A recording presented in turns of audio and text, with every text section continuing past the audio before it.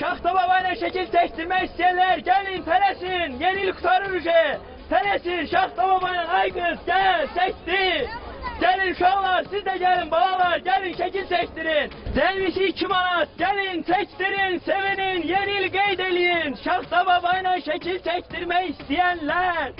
Gelin. Ay bala gel. Ay Allah ne qəşəng uşaqdır bu. Gel Şaxta babayla şekil çektirsən. Gel çek. Şoğa bak Böyüklərə sərəm desən. Şaxta babayla şekil çektirmek isteyenler. Gelin şekil çektirin. 2 manat cəmisi. Şaxta babayla şekil çektirmek isteyen. Gel. Sen bana tanış gelsin. Eşen de olalım. Ay eşendi. Ay yaxşı yeşəm. Ay somsa məhəllədə deməyim. Bir abr eləməyim. Yaxşı da qul. Ay! Şaxta babayla şekil çektirmek isteyenler. Gelin gel ay Allah ne qəşəng uşaqdır bu. Ay Allah gel. Gel. Gel Şaxta babayla şekil çektir.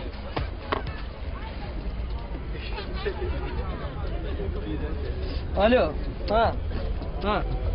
Yekə oğlansan heç olmasa çəkib sonra gələrdin. Bunların mərfətdə qalacağına bax. Mən boyda axsaqqal kişiyəm. Elədiyin şeyə bax. Sən ölməyəsən. Bu nə işdir mən seçmişəm. Rayondan gəlmişəm. Heç yol pul mu qazanmamışam? Hayf deyildi öz köhnə sənətim.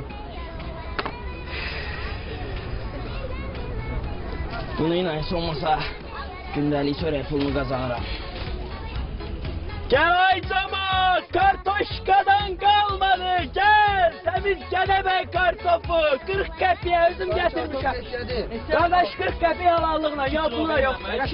Gel, qardaş 2 kilosu, 40 hesap getir.